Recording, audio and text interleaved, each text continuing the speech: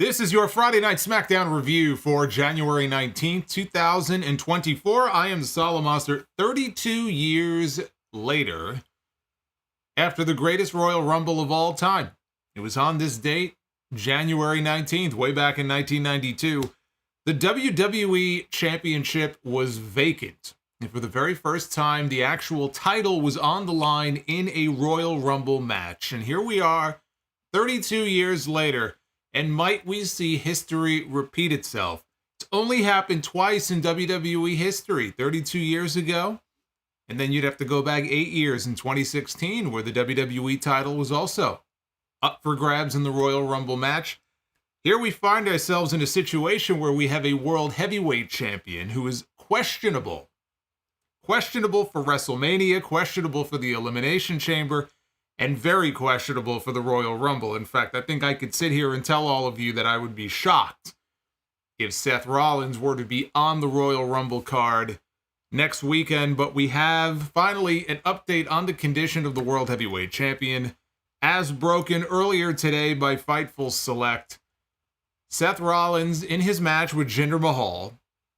If you watched the match on Raw Monday, we talked about it. There was a spot during the match where he hit a lionsault. He hit a quebrada off the middle rope, and he hit a moonsault, and he landed flat, and he hit his knee on the mat. And from that point on, he came up favoring the knee. It was clear that something wasn't right.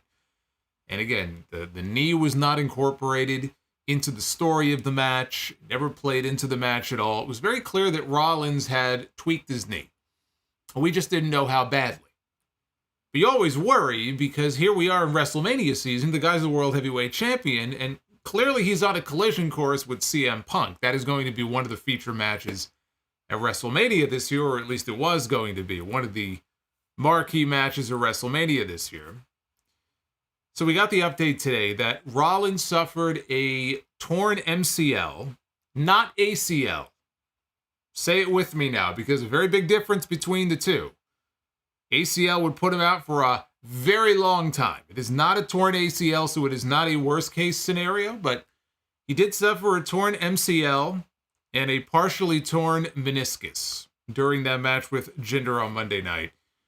They have announced that Rollins is going to not only be on Raw this coming Monday, he is going to open the show. And he is going to give us an update on his health. He is going to also give us an update on the future of the World Heavyweight Championship. Whenever you hear something like that, typically it is not good. Usually when they announce something like this, there's a reason why they're doing it. It's not usually a swerve.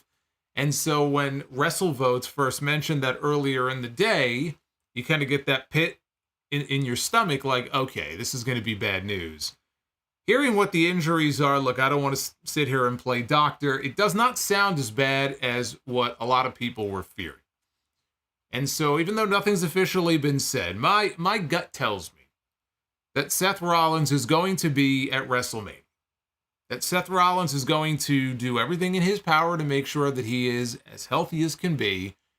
He knows that for the first time, he has an opportunity to close out one night of WrestleMania in a true main event. This is not a cash-in situation. This is something that he has wanted for a very long time. He knows this is a big spot. He knows this is a big match. And so he's going to train and he's going to rehab and do whatever he has to do. He'll sit at home if he has to for the next 2 months. But I feel like there's enough time between now and WrestleMania where Seth Rollins, his spot at Mania is likely not in jeopardy, but we don't know. You know, until Rollins gets in that ring on Monday night with a microphone in his hand and makes an announcement, we just don't know. It could very well be a situation where he comes out and they want him to vacate the World Heavyweight Championship. You know, I'm here to be a fighting champion and I'm going to be out for a while. I'm going to do everything in my power to make sure I get back in time for WrestleMania. But for now, I'm going to do what needs to be done. Right? I've talked about Roman Reigns and the absentee champion on SmackDown. I would be doing you all a disservice if I did the same thing and sat at home for 2 months recovering. We could still very well get a situation where the World Heavyweight title is held up. And so everyone's been booking their own scenarios and how things might play out. My thing is very simple. I mean, there's a million different ways that you can go with this. And I'm going to save the bulk of my thoughts on all these scenarios for Sunday. But I tweeted it out earlier, and I think this would be the best option. If it's a situation where Seth Rollins is going to give up the World Heavyweight title, and he is not going to be available, you have a Royal Rumble coming up in a week. And so you have a World Heavyweight Championship that you can put on the line in the Royal Rumble match, and you can handle the situation that way. Now, you also have a pay-per-view coming up next month in Perth called Elimination Chamber. And even though we don't know what the stakes of the Elimination Chamber match or matches this year are going to be, it seems to change every year because remember last year it was the U.S. title for the first time that was defended in the chamber, so we don't know.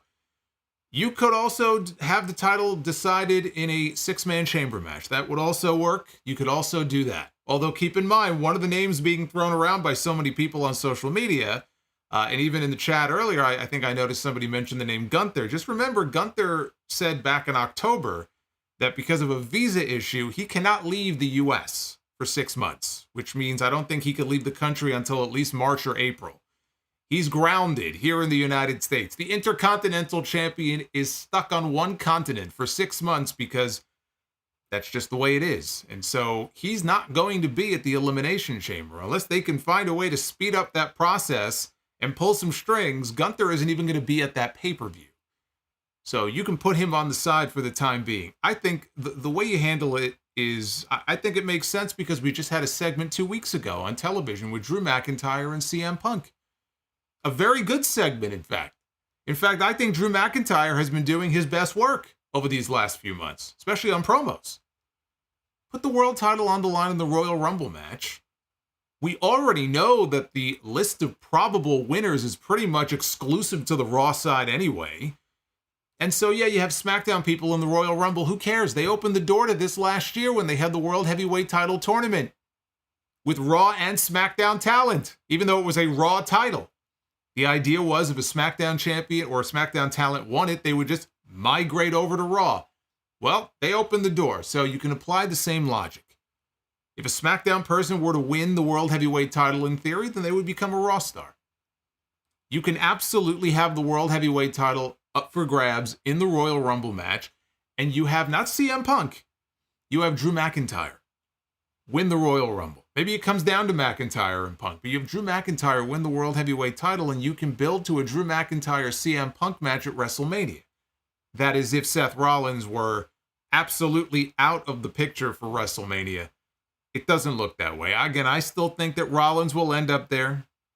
I still believe. But if there was a backup plan needed, I think McIntyre and Punk would be the way to go. It might not have that marquee value. It doesn't have the same feel of a Rollins-Punk match because you had that built-in, animosity there on the part of Seth Rollins. And I think that would have been, and still might be, a good back and forth. But I think that's the safe way to go. And it's a great spot for McIntyre to be in, frankly. I think the way they've been building his character, his whole character arc, and the work he's been putting in over the last several months, why not? If you need a plan B, I think Drew McIntyre would make a fine plan B. You have all these people saying, oh, pick up the phone and call Stone Cold Steve Austin. We have the fucking Rock very likely coming back and getting in the ring. So basically, your idea is let's just fill the WrestleMania main events with Stone Cold Steve Austin and The Rock. I mean, at a time where WWE is stockpiled with stars, people are over. They have over baby faces on the roster right now. For the first time in their history, in the last 20 plus years, they actually don't need to rely on the old timers. They don't have to rely on The Rock. They don't have to rely on Chris Jericho. They don't have to rely on Triple H. And all of these people, The Undertaker, right? Dig his bones back up. They actually have stars on the roster who can carry the load. And your idea is to bring back Austin and Rock in the same year? It's not necessary. I don't want to hear all these ideas about, let's bring in people from outside the company. You have people on the roster right now who would make a fine plan B. That's what I would do. But again, there's a million different ideas that we could discuss, and I'll save most of that for Sunday. You didn't think I was going to give it all away tonight, did you? With a tear in my eye. Oh, how perfect. Here on the anniversary 32 years later, Ric Flair, after his big win at the 92 Rumble. M. Mills, thank you for the 1992 Super Chat. SmackDown was in Do you feel him, sir? Atlanta tonight. Do you feel him, sir?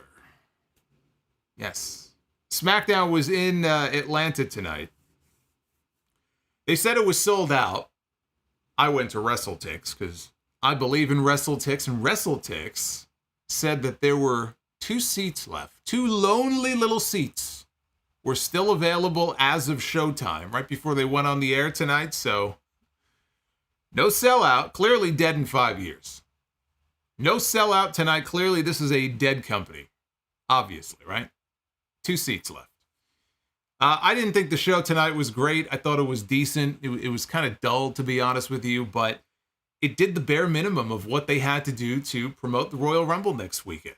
You know, they did what they had to do as far as the main angle. They did what they had to do as far as the LWO and the Santos Escobar faction. We had dueling vignettes for the other 2 factions on this show. The Pride, even though they still haven't used that name on TV yet. The Pride and the Final Testament. So again, they had different things on the show. They're building to a women's tag team title match next week. But the show itself was, like I said, the bare minimum. They did the bare minimum of what they had to do. And the last 2 matches on the show, which were AJ Styles against LA Knight and then Randy Orton against Solo Sikoa, which was a first-time ever match, they were more angles than matches. You know, they weren't even really much of a match in either case.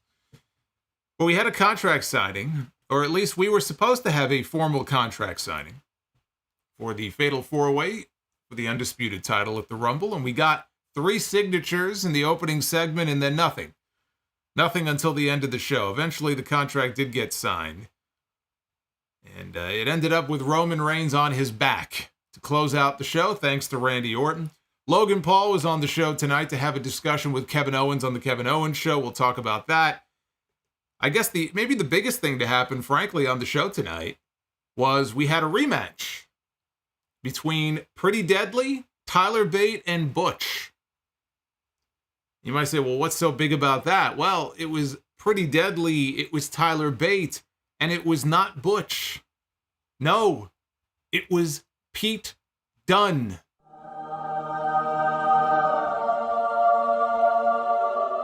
The wrestling gods, they have answered our prayers. Butch is dead. Long live Pete Dunne. Finally. A move that was long overdue. Triple H has brought Pete Dunne back from the dead. Very happy to see that. You know, I do have to say one thing. One thing I miss that I wish they would still do is I miss the days when they would actually announce most of the participants in the Royal Rumble matches. You know, you go back even further, like way back in the day, and they used to have those event center updates. But even like post-Attitude Era, they would have segments in the back or whatever. For a while there, they had the Tumblr, right? They don't do that anymore. But I really wish they would announce most of the entrants for the Royal Rumble match. We know pretty much all the key names, the big names, right? Cody Rhodes has declared, Drew McIntyre, Bobby Lashley, CM Punk. So we know a lot of the key names that are in the Rumble match, and you want to save some spots open for surprises. But there should be more people declaring. You know, we're only a week out from the Royal Rumble. And again, you have 2 Royal Rumble matches where the winner punches their ticket to, I say the main event or a main event. Sometimes they open the show. But they punch their ticket to the main event at WrestleMania and get to challenge for the championship of their choosing. That's a big deal. And I just feel like there aren't enough people on the show who are making a big deal about that. Like, hey, I want to win the Royal Rumble. Like, we know that Pete Dunne is not going to win the Royal Rumble. We know that Montez Ford is not going to win the Royal Rumble. Just like when I was a kid, I knew Virgil was not going to win the Royal Rumble. Okay? Like, let's just be honest. Virgil was not going to win. Like Bobby Heenan said, when everybody was coming out to the ring, if he had a late number in the Rumble, he was probably picking their bags in the back. But that's beside the point. Point is, at least make an effort to make the Rumble feel bigger. I wish they would do a better job of that. Maybe that's just me. I don't know. I think more people should be talking about it. Anyway, this is your Friday Night SmackDown review for January 19th, 2024. As I mentioned earlier, like and subscribe. 400 likes is the goal tonight for our Be the Booker segment.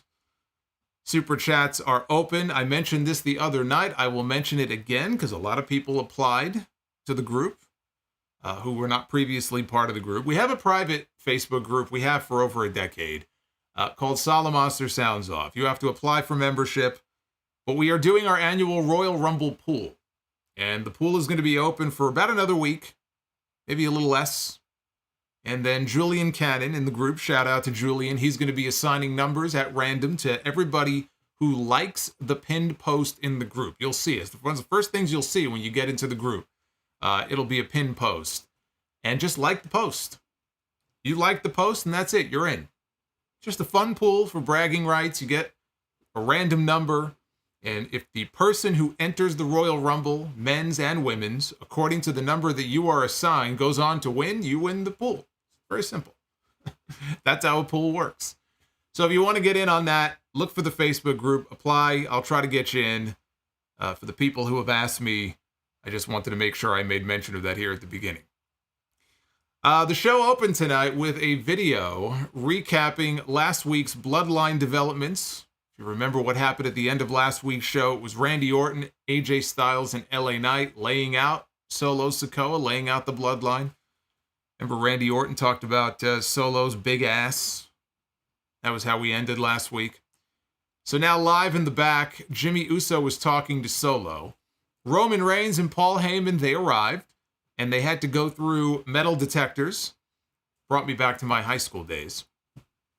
Reigns said that he was there because the rest of his family did not fix things like he asked them to. He told them to fix it, and they did not.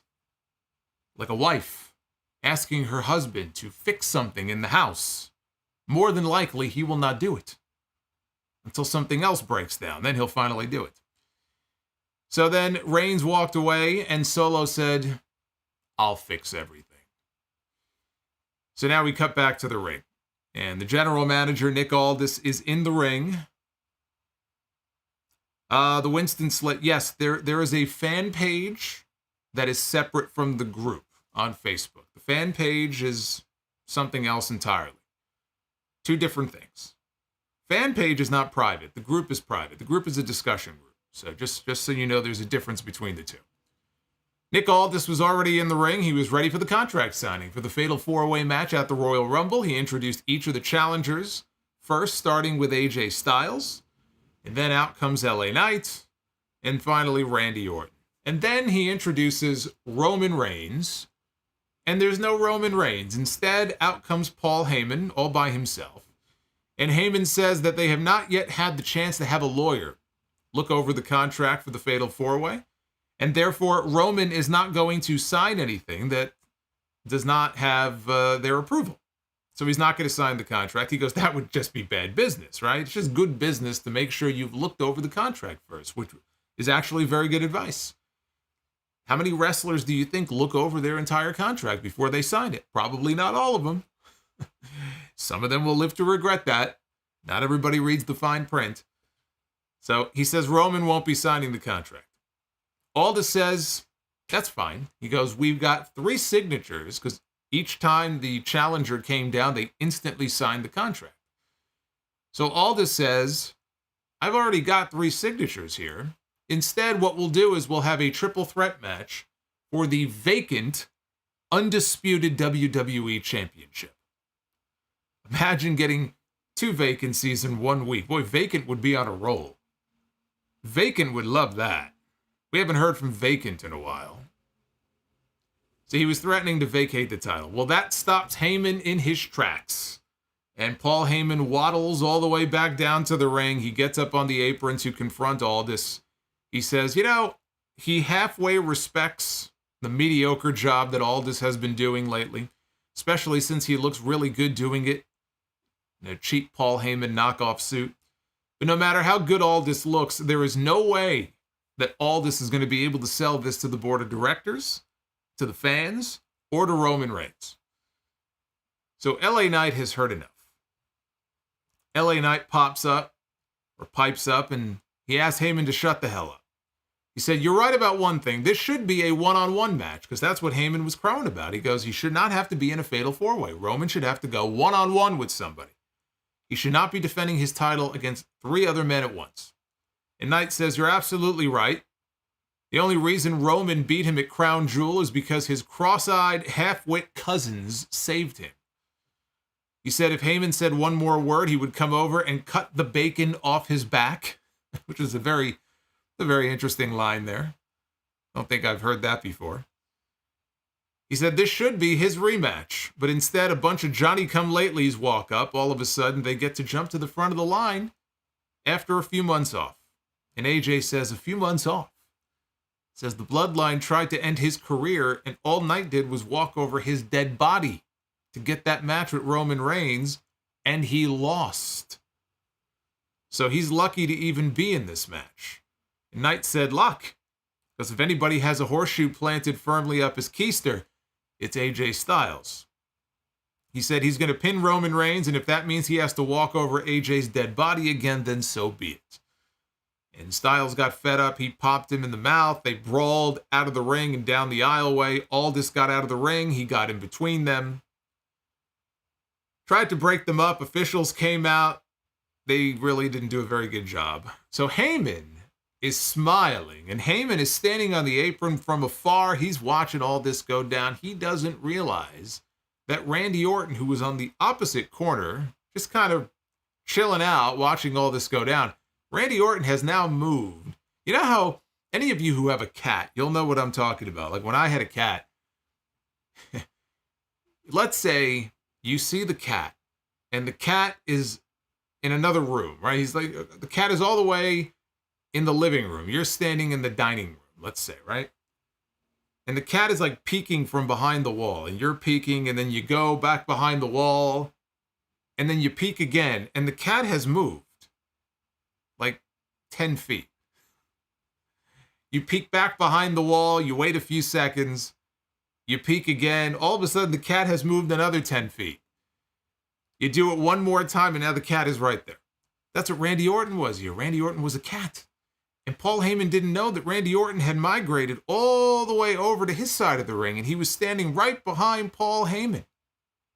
And so now Heyman realizes it because he turns around. Orton grabs him by the tie, and he tells him, I see what you're trying to do here. He goes, it's not going to work.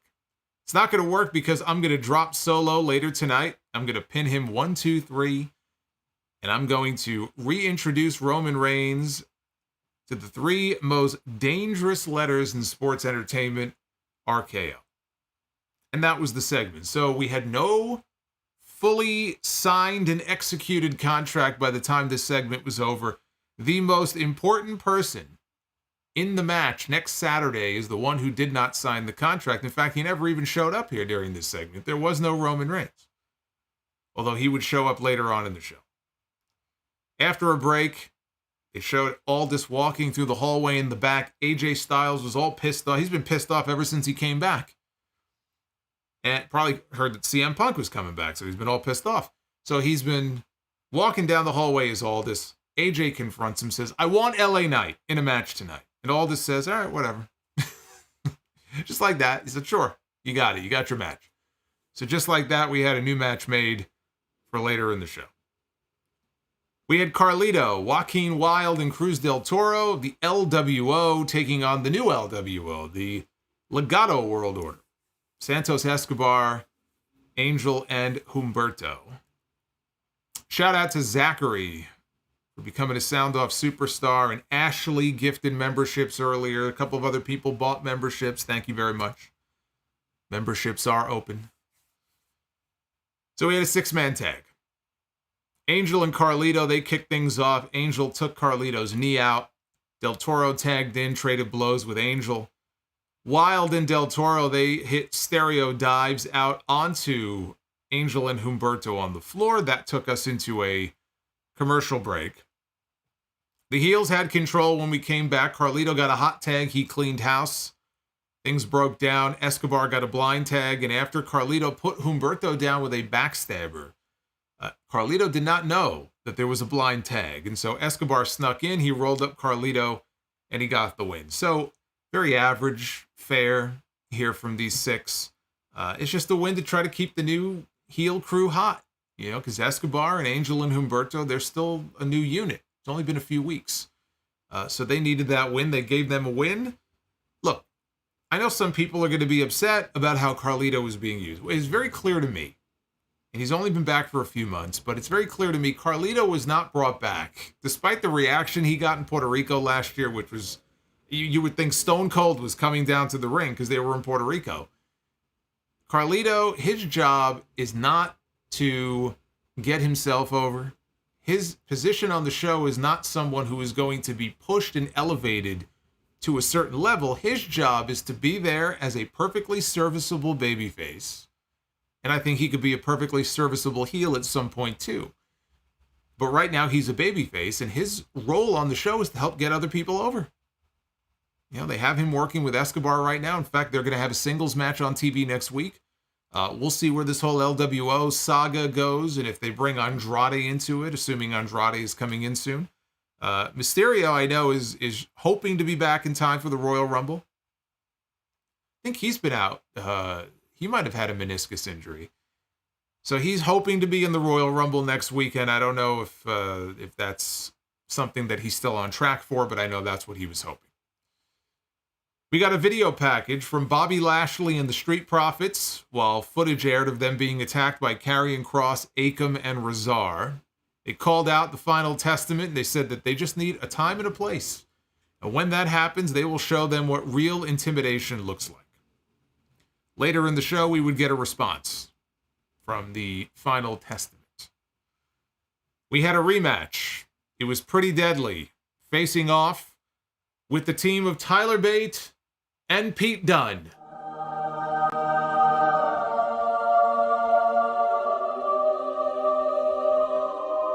About damn time. Pete Dunne making his main roster debut, officially his main roster debut here. No more Butch.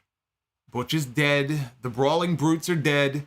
As soon as the Brawling Brutes were dead, Butch had to go. That was a gimmick that was tied to the Brawling Brutes. He was like a fucking cartoon character come to life. So finally, and we knew this was headed in that direction just based on the segment, the vignette that they aired last week on TV. So Tyler Bate makes his entrance, and then you have Mike Rome, the ring announcer, and his tag team partner, and he did the delay, like the long pause. And then you saw the name Pete Dunne up on the Trons, and they went with whatever music he was using in NXT the last time we saw him as Pete Dunne. That's the music that they went with. He was wearing his old gear. So the Bruiserweight is back. And thank you, Triple H, is all I have to say. I mean, it took long enough. But it was Triple H who gave LA Knight his name back, and now Triple H has given Pete Dunne his name back. So my appreciation for that. I'm sure Pete Dunne is also appreciative of that. I only wish that he got his CFO's music back. Like the music he used to use when he was a heel in NXT years ago. I know the issues with CFOs. I know why it didn't happen. I don't really like his new/old music, but the old Bruiserweight theme, that was the theme I was hoping they would find a way to bring back, but didn't happen. Corey Graves, though, he was marking out on commentary. He was going nuts for this change back to Pete Dunne. He said this was the missing piece. We've talked for weeks about something of an identity crisis being suffered by the man then known as Butch. He said this is a Bruiserweight, perhaps the most sadistic technical mastermind in the game, Pete Dunne. And Bate and Kit Wilson, they kicked things off here. Dunne tagged in soon after, though. He instantly went after Kit Wilson's fingers. Bate tagged in. He spun Wilson around a whole bunch of times before Wilson rolled to the floor. And the show went to a commercial break. When the show came back, Elton Prince had control on Bate. Dunne got a hot tag. He fired up with a German suplex and a stomp to Wilson's hands. Dunne then suplexed Prince onto Wilson with an X-plex. Picked him up, just flung him in the air. He landed on his partner. Bate tagged in. He punched Prince and then clotheslined Wilson. Dunne tagged back in. He did the finger spot on Elton Prince before finishing him off with the bitter end. And he pinned him to win the match for his team. So Pete Dunne, if you watched him here in this match, he was less wild than he was. Again, as Butch, there were times where he was basically just a cartoon character. They told him just go out there and act like you have rabies, okay? Act like a rabid dog and just lose your mind. And it was very gimmicky, and so he's not doing that anymore. He actually was out there like a human being. Like somebody, you can actually look at this guy and think he's a real human being who's just pissed at the world because he has that scowl on his face and he goes out there and he's torturing his opponents and he's manipulating the joints and all the different things that he's doing. And so that's the Pete Dunne that's been missing for a while now. And the other thing I like also, because, you know, when they were British strong style, there really was no comedy involved. Tyler Bate, throughout his run, his singles run in NXT, he adopted this more almost comedic, lighthearted persona. And he's sticking with it on the main roster. But I think the idea here, obviously, is to go with the whole opposites attract approach, where you have, on the one hand, Tyler Bate, who will probably give us some more comedic aspects. And then you have Pete Dunne, who's anything but comedic. And so we kind of get a little bit of both. Instead of having two people that are exactly the same, they're very opposite. And that could make for entertaining television if they want to do vignettes with them. I don't know if they're going to keep them as a tag team permanently or not. I wouldn't do that. I mean, you could do it for a while. I would at some point separate them. For now, I think it's fine. You know what? For now, it's fine until Dunne turns on Bate.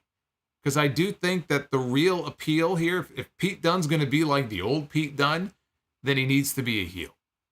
And I think he will be a heel at some point. Maybe you keep them together long enough until the day comes where you want to do the turn, have him turn on Bate. I'd love to see the two of them work together one-on-one, not even tag. Just one-on-one. But you know what? You can keep them together for a while. I'll tell you why. It's never a bad thing to try to beef up your tag team division. Probably at this moment for Tyler Bate, it would be best to keep the two of them together. I'm not sure how well he's going to do on his own. I just looked at someone like Cameron Grimes, and you know he's just been drowning on SmackDown when he's actually on TV. So for him, being in a team is probably the best thing right now. DIY on Raw is really starting to catch some steam. All right, I feel like they're getting over a little bit more week after week. Triple H is finally, you know, he put them together and they're getting a push. They're going to get a tag team title match soon against Finn Balor and Damian Priest. And if they could build, now I know they're on two different brands, so I don't know how they would do this, although we'll probably have a draft in May, so they could always shake up the rosters. But if they can get to a point where we end up with Pete Dunne and Tyler Bate against DIY, there's a tag team match for you. That's a tag team match I would like to see. Before they split them up, I'd like to see that match somehow. Even though they're on different brands, I'd love to see that match somehow. Now, Kevin Owens was out to the ring next to introduce his Royal Rumble opponent, Logan Paul, who was the guest on the Kevin Owens Show. And Owens said that he was about to say something he never thought he would say. Please welcome my guest on the Kevin Owens Show. Whoa! No, that's not the guest. Hit the deck. Hit the deck, everybody. It is the Cody Bomb, which can only mean one thing. It could only mean one thing. Oh my God, a super chat bomb. That's a bigger bomb than the New York Mets. ABK with a $412 super chat bomb. Not just a super chat bomb, but a fucking Cody bomb. Will we be seeing and hearing that pyro at the end of WrestleMania Night 2? That is the question. Only Dwayne Johnson knows the answer to that question. Cody's fate is in Dwayne Johnson's hands. ABK, thank you very much. He says, British strong style with William Regal. Oh, you know what? I hadn't fucking thought about that.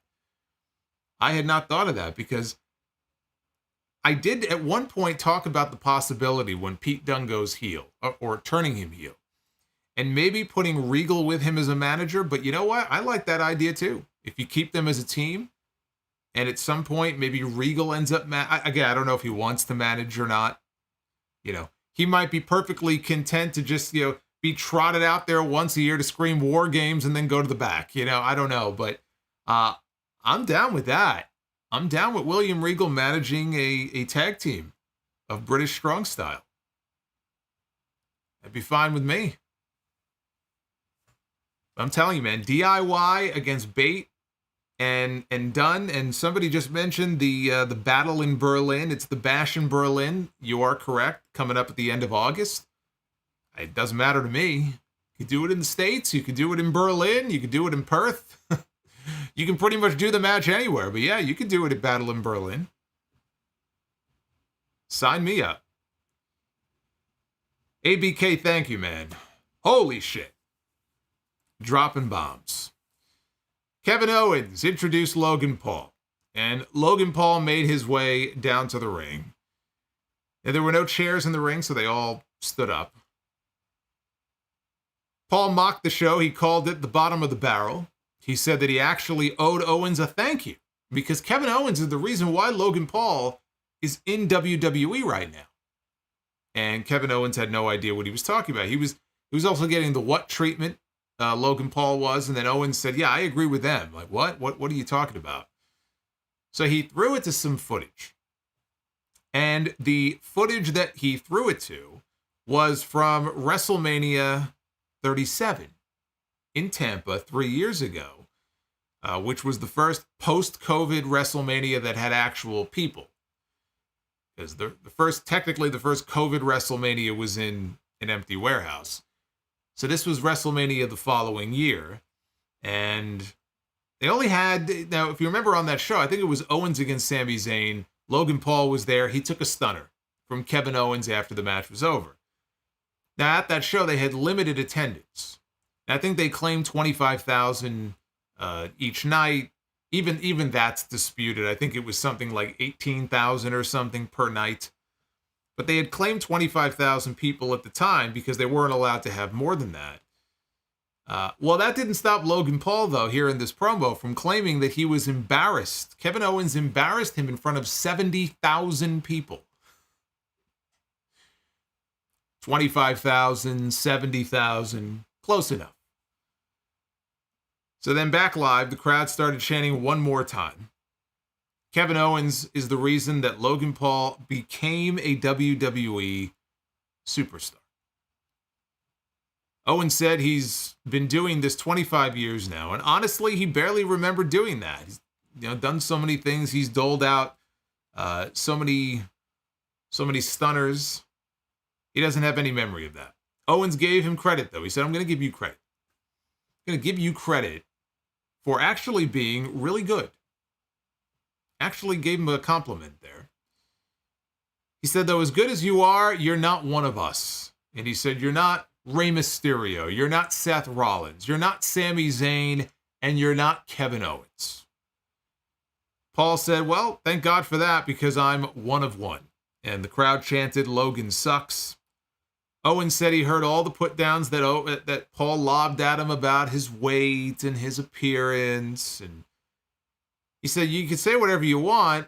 I, on the other hand, am not allowed to say everything that I want to say. He says Paul is protected. He's sheltered. He said Logan was offered all the tools needed to win a title from the moment he walked into WWE. He said Logan holding the U.S. title is a joke. He will put an end to that joke at the Royal Rumble. And Logan acted like he didn't hear anything he said. He goes, oh, did you say something? I wasn't paying attention. He said he did note how Owens' arm is what is really protected here. And he said the only way Owens knocked Paul down was because of the cast on his hand. He said that it would only take a second to KO at the Rumble. So Owens said anyone who has watched him over the last 10 years, they know he's taken some big blows. He's fallen from some high places, and he always gets up. He said there's not a punch that Logan Paul could hit him with that would keep him down. And he gave Paul his word that he would not wear the cast during their match at the Royal Rumble. He said, look, I'll even take it off right now in this ring in front of you, just to make Paul feel better.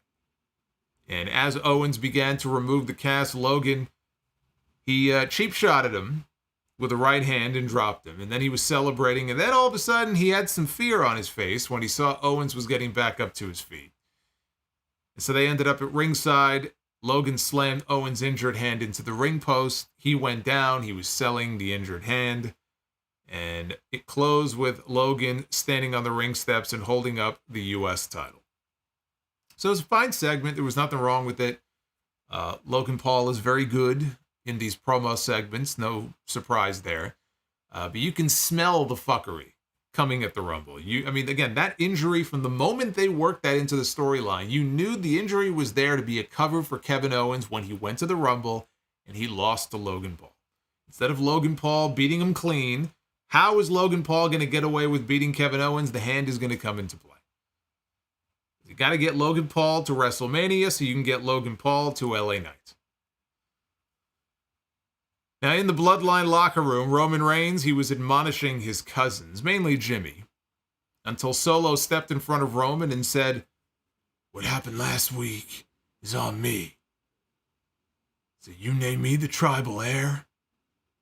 You name me the tribal heir." I can't do the voice.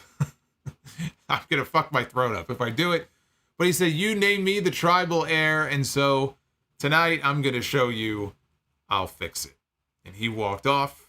Jimmy, he walked off, and Roman was left all by himself. We had Katana Chance and Kayden Carter against Alba, Fyre, and Isla Dawn, the unholy union for the WWE Women's Tag Team titles. We had the Unholy Alliance with the Undertaker and the Big Show, and now we have the Unholy Union with Alba and Isla. This was Carter and Chance's first title defense on SmackDown. Bayley was out on commentary. All the other members of Damage Control were at ringside, standing right behind her, just hanging out. Bayley has been talking about Asuka and Kairi going after the women's tag titles soon. That's why they were there. Things broke down early. All four women were brawling. Alba tagged in. She traded roll-ups and pin attempts with Kayden Carter. Carter landed a destroyer on Alba, and from there, Carter and Chance hit their keg stand finish for the win. And more or less, that's pretty much all the match was. Really wasn't much of one. After the match, Asuka and Kairi, they taunted the champions by holding their titles. And Chance and Carter grabbed the belts away from them and then asked if they want some. And they just kind of awkwardly stared at each other in the middle of the ring, and that was it. That was the end of the segment. There really wasn't much to this, and there was even less of a reaction to either team in this match. This crowd didn't really seem to care. This was just more to set up a reason to get Asuka and Kairi in the ring opposite Katana and Kayden. They wanted that shot of them doing the face-off in the ring and with the belts, and so that's what they did. They decided to do a quick match. They got a reason to get them in the ring together, and now they've already announced that next Friday on SmackDown, that's 24 hours before the Royal Rumble, Asuka and Kairi Sane will challenge Kayden Carter and Katana Chance for the women's tag team titles, and I'm feeling a title change is coming next Friday. No reason really for it not to. You know, if they're building this Damage Control story where they want to bring in all the gold, and they'll bring in the women's tag team gold. They already have the women's title on SmackDown, and then it's up to Bayley. I mean, right after Asuka and Kairi win next week, I mean, I could see the segment now. Io's got her title. Asuka's got her title. Kairi has her title. Dakota's still hurt. It's all up to Bayley, right? 24 hours later, it's up to her to go in there and win the Women's Royal Rumble. Actually makes me think she's not going to win, even though I had her as my pick to win. The more I think about how they're probably going to go about doing things, it probably will be Becky Lynch winning, but not doing my predictions just yet. But I would be shocked if we don't get a title change next week. They showed the OC backstage. Imagine being flown into these shows every week and doing absolutely nothing. But that is the state of Carl Anderson and Luke Gallows. Not a bad gig. I mean, I'm sure they're being paid very well, and God bless them. I don't know what they do, but there they were. They were in the back. They were talking to Michin. AJ Styles walked up to them, and Luke Gallows, because again, Styles has been very prickly, very cold towards them since he came back. And Gallows said, look, no matter what, I just want you to know, we want you to know, we've got your back. And actually, now that I think about it, as far as what happened later, they did not, in fact, have AJ's back because we never saw them again. So they lied. They lied to AJ's face in this segment. House shows? Are they even on the house shows? I haven't even checked. I mean, are the Good Brothers working all of the house shows? I have to imagine they're working some of them. A dark match, maybe? I don't, I mean, they're like bench warmers. I don't know what they do. We got a Final Testament vignette in response to the Lashley one earlier. Karrion Kross delivered a response with Paul Ellering, Scarlett, Akam, and Razar all standing around him. He said the reason they don't get the same opportunities as Lashley and the Street Profits is because they are disruptors. He said they would meet them face-to-face next week. Well, look, I hope things work out for the disruptors because this is probably the last chance they're going to get. From there, we got a recap of last week's Austin Powers-Carmelo Hayes match, including the botched Spanish Fly that ended the match early. Back live, Carmelo Hayes was interviewed by Kathy Kelly, and he said that he and Austin Theory were very fortunate to walk away from last week's match. Theory and Grayson Waller crashed the party, and Theory accused Hayes of trying to end his career. And Hayes challenged him to face him next week on SmackDown in Miami. Theory acted like he, had a lot going on. He wasn't interested in accepting the challenge, and then Grayson Waller interrupted and accepted the match for him. And Hayes said, great, I'll go talk to Nick Aldis and we'll make it official. And after he left, Theory turned to Waller and said, you got to stop doing that. So it's good to see that Austin Theory is okay, because it was a very, very scary sight last week. We talked about the injury, or near catastrophe really is what it was for both of them, but it looked especially bad for Austin Theory. And I thought he was concussed. So either he wasn't, or he was, and he's been cleared, because they've made the match official for SmackDown next week. They're going to run it back again. It's going to be Austin Theory one-on-one with Carmelo Hayes. Those two are going to want to go out there and make up for what happened last week. So that's going to be on the show next week.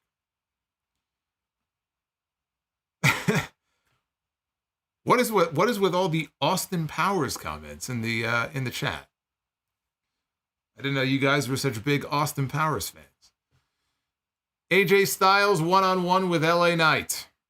This did not go very long before the Bloodline showed up. Styles fled to the outside when Knight went on the offensive. Knight followed, and then AJ went to the apron, caught him with a knee strike. Knight picked up Styles, and he dropped him on top of the barricade. Then he slammed him, AJ's head, off the lid of the announce desk.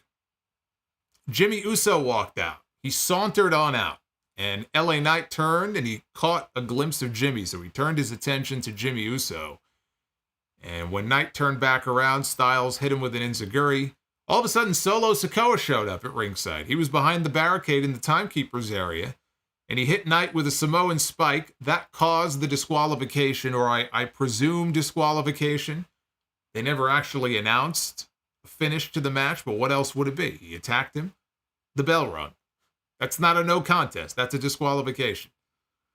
I'll ask Tony Khan. I'll let him check Cage Match and let me know.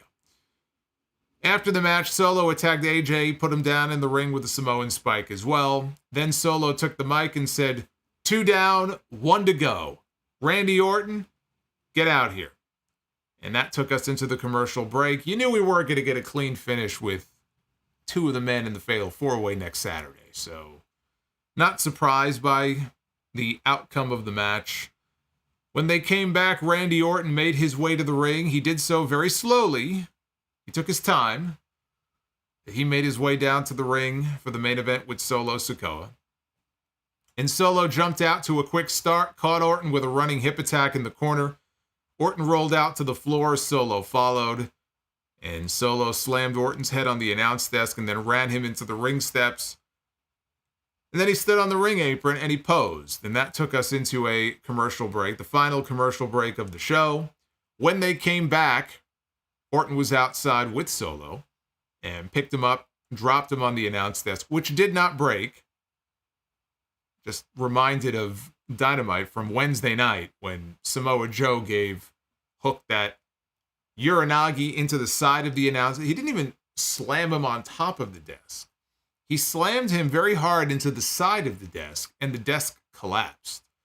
And here, Orton picked up Solo, threw him up in the air, and he landed on the desk, and it did not break. So these WWE announce desks are highly reinforced compared to AEW. Back in the ring, Orton got the draping DDT. I don't know why Solo sold that.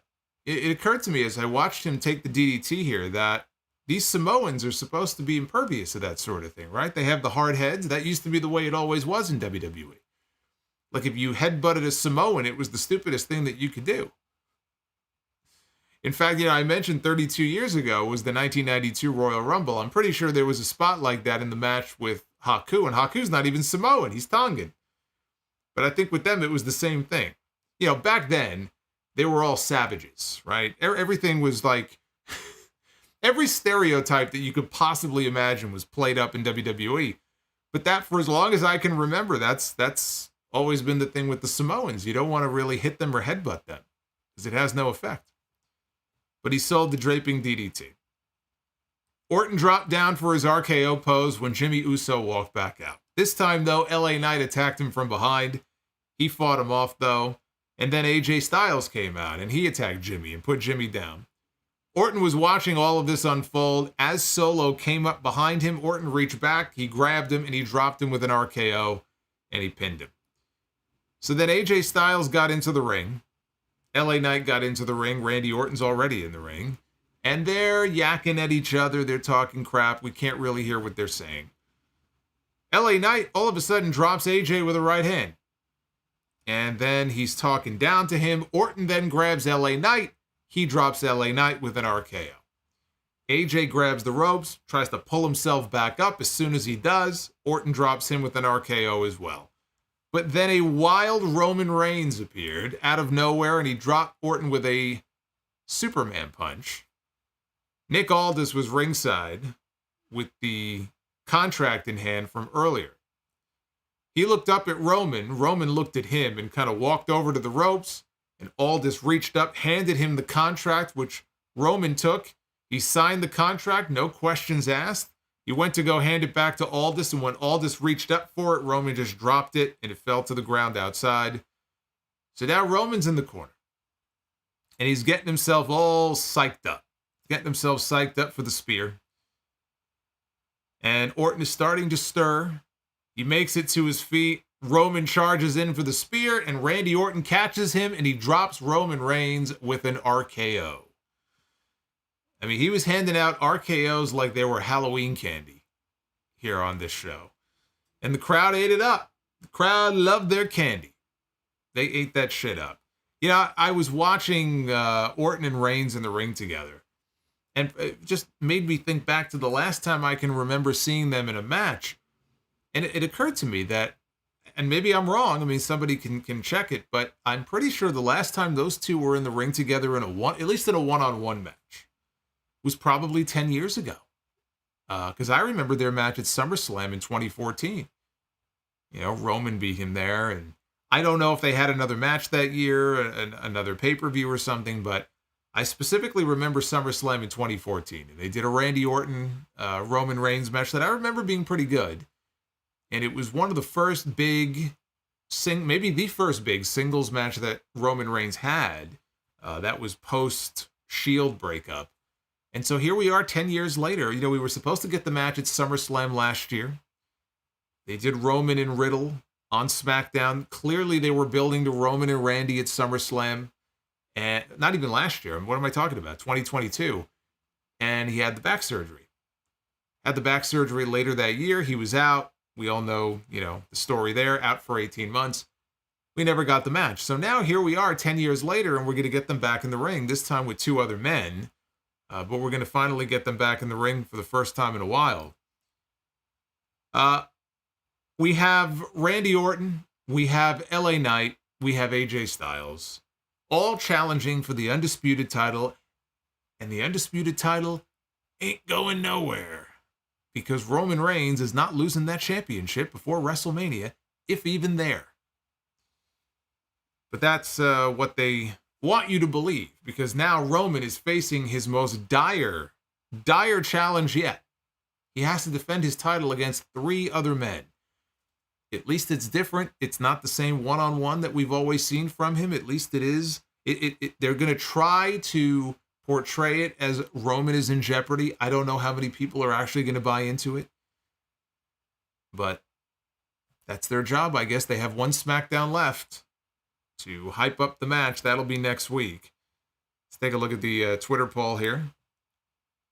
As Uncle Saudi graces our screen. Welcome to Uncle Saudi. Thank you for the $2. Austin Powers made his WWE debut. Did I call Austin Theory Austin Powers? He'd be a lot more entertaining if he was Austin Powers, I'll tell you that. SmackDown tonight from Atlanta. Look at this, almost 80% thumbs up. 22% thumbs. This was not an 80% thumbs up show, I don't think, but I don't vote in the polls. I leave that to you. 80 up, 22 down. At Solomonster is where you can go to vote.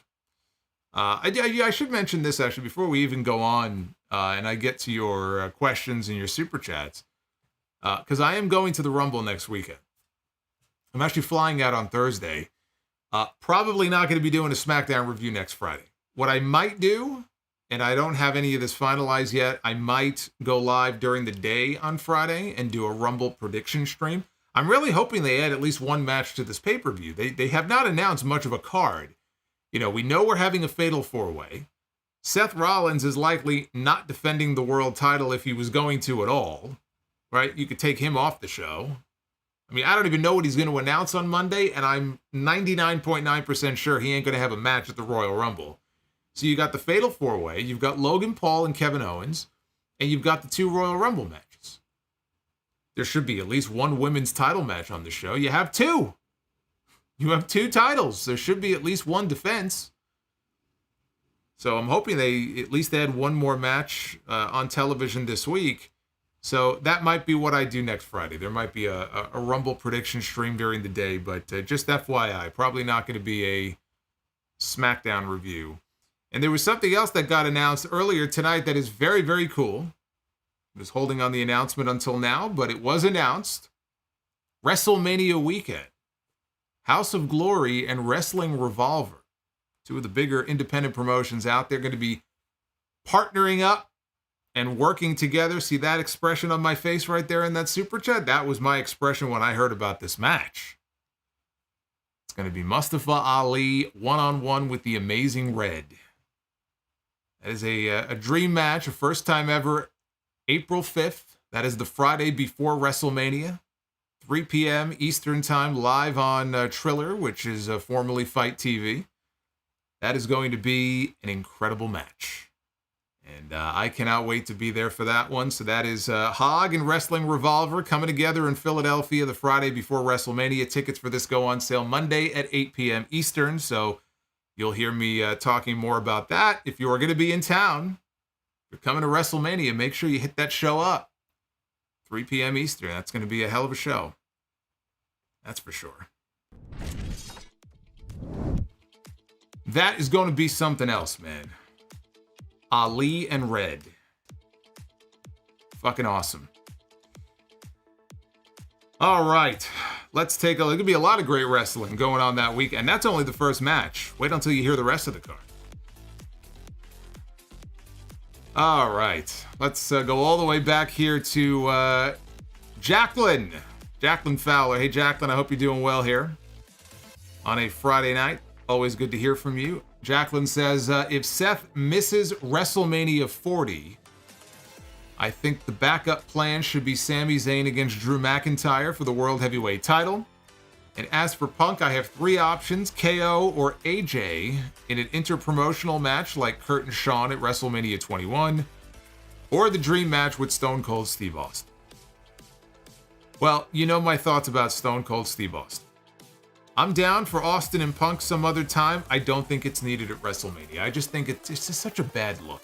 You know, if you're going to really do something with Rock on night 2, or night one, whichever night.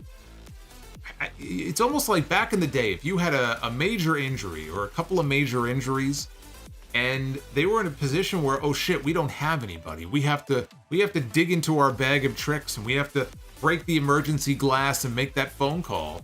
There was a period of time where it would have made sense for them to do that. It doesn't make any sense. You've got the stars, you've got the talent. You don't have to headline WrestleMania with Rock and Austin. Are we going forward or backward? What are we doing here? Yeah, WWE has done a much better job of New Japan than put themselves in a position where they have talent and young stars that are on the rise that they could build around. It's part of the reason why New Japan is in the rut they're in now, with some of their big names leaving. We'll talk more about that on Sunday. I don't mind doing Zayn and McIntyre. I think the story is there for it. They did the injury angle with Sammy, but I would not do that for the World Heavyweight title at WrestleMania. I laid it out before as far as Drew and Punk. I think that should be the plan B. Holiday 197, if Rollins is out for Mania and Roman versus Rock is scheduled, then McIntyre should win the vacant title. Drew against Sammy against Cody for the World Heavyweight title at WrestleMania would be great. Punk against AJ would be a nice alternative.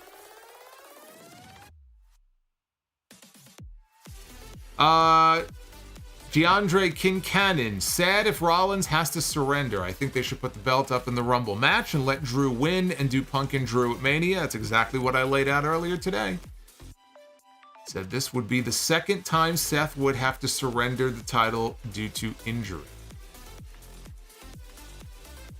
Holiday says Drew McIntyre against Finn Balor against Cody Rhodes against Sami Zayn. See, now you're getting very convoluted now.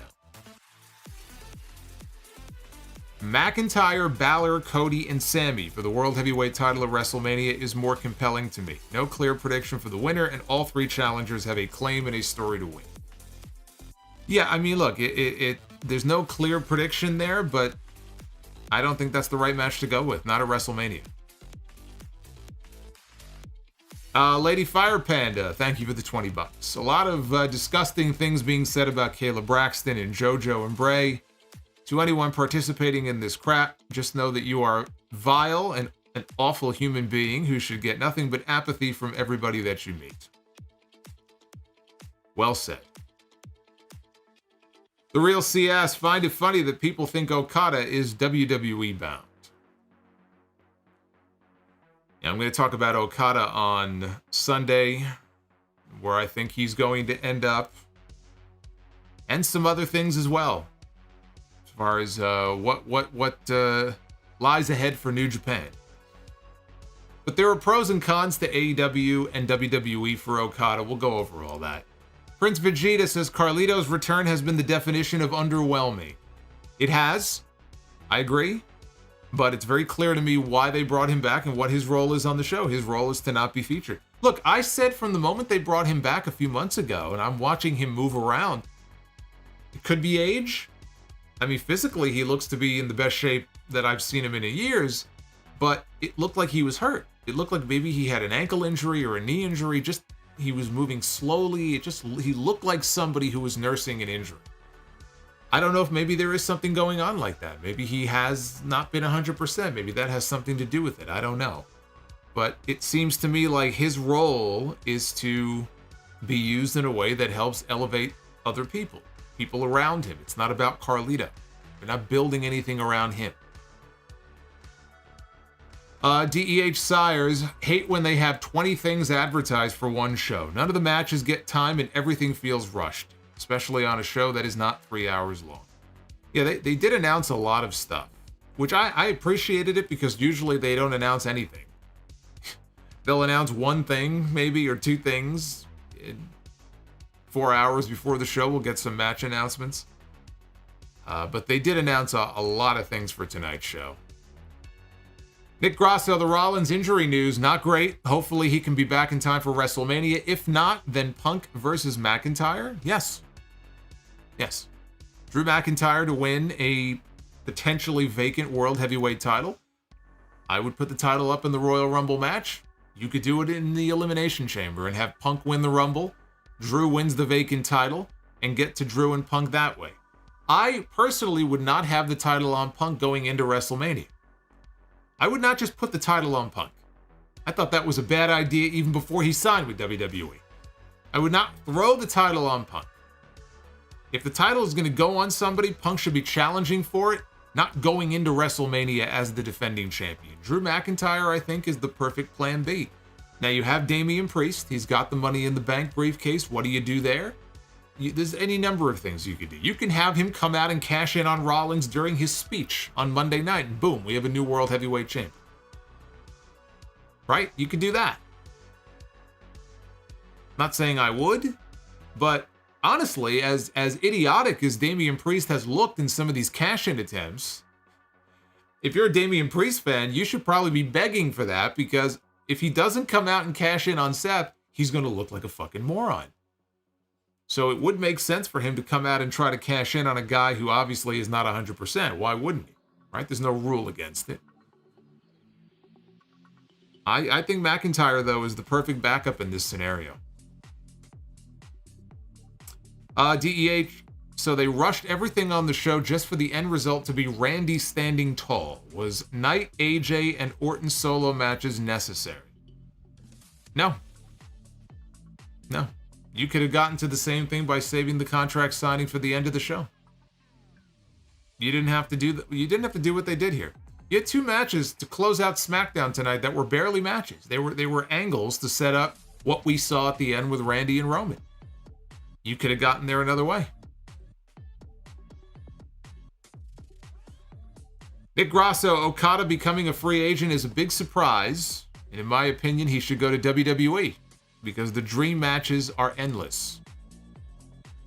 Brother, you got dream matches in both companies for this guy. I mean, he's already wrestled a lot of the people on the AEW roster. You know, Ospreay's going there. He just wrestled Danielson for the second time. We've seen Okada and Omega, which we haven't seen Okada and Omega in years. Kenny's in a bad way right now. He's going to be gone for a while, it sounds like. But I would love to see another Omega-Okada match, maybe later in the year, next year. Maybe Wembley. You know, if Omega doesn't have surgery, which he still has not had surgery. If he needs surgery, he's going to be out for a long time. But he's still so bad that they haven't done any surgery that he might have has not happened yet. But if he can get healthy enough in time, and if they sign Okada, you could do Okada Omega at Wembley Stadium in August. But you look at the AEW roster, and again, there's plenty of people there, whether it's a Samoa Joe or an MJF or Swerve or... Yeah, I mean, my God, any number of people on either roster that this guy could work with. Obviously, in WWE, you've got Roman, you've got Seth, you've got Cody, you know, AJ, right? This talk that they might try to lure him in to have a WrestleMania match against AJ Styles. It's not like AJ has anything planned right now for WrestleMania this year. So, no matter where Okada ends up, there's going to be plenty of great matches for him. Ashley. Ashley's been very active in the chat tonight. Thank you to her. For the return of the Bruiserweight, Pete Dunne's name, and thanks for answering my question about Shawn Michaels this morning. Well, you are very welcome. Thank you for the question. Brian H. de Greenboy says, Pete motherfucking Dunne. It's about done time. M. Mills, in honor of the greatest Rumble ever, thank you for that, 1992. Chris Miner, I'm rewatching the Mae Young Classic and I want to hop in a time machine. I'll tell Rhea that she will be leading a faction while dating Rey Mysterio's son, and tell Toni Storm that she is a Hollywood star. Starlet. She's a Hollywood starlet. Yeah, that would be pretty funny, actually, to go back in time and tell them what they would be doing here in 2024. And they're 2 of the biggest women stars in the world right now in wrestling. Rodimus Prime, Pete Dunne is back. No more Butch. About damn time. Devin from New Jersey, did or will Solo go to Charles Mason with a baseball bat, swing, and say, we'll see who has the real stroke in this company, motherfucker, and walk off? It's a little bit different, though, when you have Kevin Nash doing it, because he's 6'9", let's say, legit, 6'9", 6'10". I'm about a foot shorter than he is. It's more intimidating if you have a almost 7-foot guy swinging a baseball bat like he did at the Nasty Boys. It's not quite the same thing. Zachary Adams Elliott, thank you for the $10. Been watching since 2016. Thank you for all that you do. Zachary, thank you for supporting. I hope you'll be with me. Got the Rumble, we got WrestleMania, we got a lot of good stuff coming up. BCOM, see clearly, Rollins is not human if he makes it to WrestleMania. I don't know if I'd say that. You know, again, if he's got a torn MCL and a partially torn meniscus, you know, look, I'm not saying that it's smart. There are wrestlers that have worked through injuries like that before. If he was to take off and not work at all for the next 2 months, again, I feel like he'll be able to work WrestleMania. Just because he could work WrestleMania, though, doesn't mean that they won't take the title off him. Slipper House, extra, extra. Pete Dunne's old theme is my alarm. It wakes you up. It's a great theme, man. I'm so fucking pissed that they can't use it anymore. ABK, sitting upon his throne with his $400 super chat. I still love that idea. British strong style with William Regal. I can get behind that. Nash DTV, is AJ Styles in his British Bulldog 1999 phase wearing just jeans? What happened to his awesome ring attire? It doesn't fit the character he's playing right now. He's a lone wolf. Right? Didn't he started wearing different attire when he was the lone wolf character in TNA too, I think. This is definitely not his 1999 British Bulldog phase. He's not bloated and moving at half pace compared to his earlier years. I'm sorry to say, the Bulldog, you go back and watch the Bulldog during that period, he did not look well. He was not a well human being. Tay-Tay the Savior, Kabuki Warriors should win the women's tag team titles next week. Unfortunately, Chance and Carter will be transitional champions. Yeah, they will be, but they can win the belts back. John 10 says Rollins will be at Mania. He will do a promo and say no one is stopping him and he will get by the setback. He does not have a feud right now, so he will rest. He doesn't, although I'm 99% sure that promo we saw on Monday from Bronson Reed talking about him targeting a certain champion in the company. I'm almost certain that was to set up a match with Rollins either for the Rumble and or the Elimination Chamber. And if it was, do they just drop that entirely, or do they pivot to, I don't know what other champion they would even pivot to. I mean, he's already worked with Gunther. Gunther's probably not working the chamber regardless. If they want to get a match for him in Australia because he's a big Aussie, they could just put him in a fucking random match on the show, I guess. But I was almost certain that it was going to be him and Rollins for the World Heavyweight title. John also says, Rhea being on the poster tells me Rock and Roman at WrestleMania. Rhea being on the chamber poster, you mean? No, it doesn't mean anything. Because if they're going to shoot an angle, they will shoot the angle at the Royal Rumble. So like the idea about Roman, for example, not working the Elimination Chamber, maybe he won't work the Elimination Chamber, but the fact that they have not advertised him does not mean anything because they may be waiting to shoot an angle on television. And then he'll suddenly be announced. We haven't even gotten to the Rumble yet. So I wouldn't worry so much about what the advertising says for the Elimination Chamber. Rhea being front and center was going to be the case no matter what because she's a big star and they're going to Australia, so it's a big deal that she would be on the show. Ashley, thank you for the $9.99. I think Bayley does lose the Rumble and Damage Control jumps her out. She goes on to win the chamber to get to EO. Also, is Dakota the actual leader? It feels like it. She's the one doing all of the translation for the Japanese members. And it feels to me like she's kind of the one pulling the strings here. And she's pretty close, I think, from what she had said previously to being at that point where she would be cleared from her injury. It could be that Dakota is the one to put her out of the Rumble if Dakota's a surprise entry in the match. BCOM see clearly, Austin Powers made his WWE debut tonight. I'm telling you, Austin Theory wishes that he had the charisma that Austin Powers had. He'd be the world champion if he was. Paul Carpenter didn't even realize you called him Austin Powers. Nash DTV. Always wanted to ask, Kurt Angle is my favorite wrestler of all time. What is your favorite Kurt Angle match? Mine is him against Undertaker in No Way Out in 2006. For me, I think it would be WrestleMania 21 against Kurt Angle. I'm thinking of Be the Booker now. It would be WrestleMania 21, I think, against Shawn Michaels. I love the match he had with Rey Mysterio, too, at SummerSlam in 02. But if I had to pick just one, I think I'd go with Mania 21.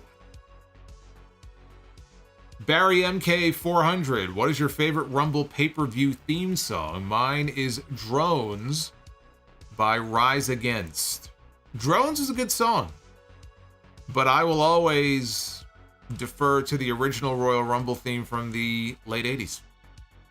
From the late 80s, early 90s, it was that instrumental theme that they probably had Jim Johnston do. That is still the best Royal Rumble theme.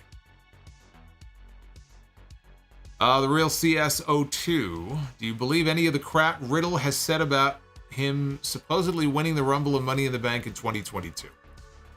I believe that Riddle was probably told things and believed or believes that he was in line to win. Do I think he was going to win? No. Do I think he was in consideration? At least for Money in the Bank? Yes, I do. But I think he was probably told things and conflated that to mean that he was going to win when that was probably not the case.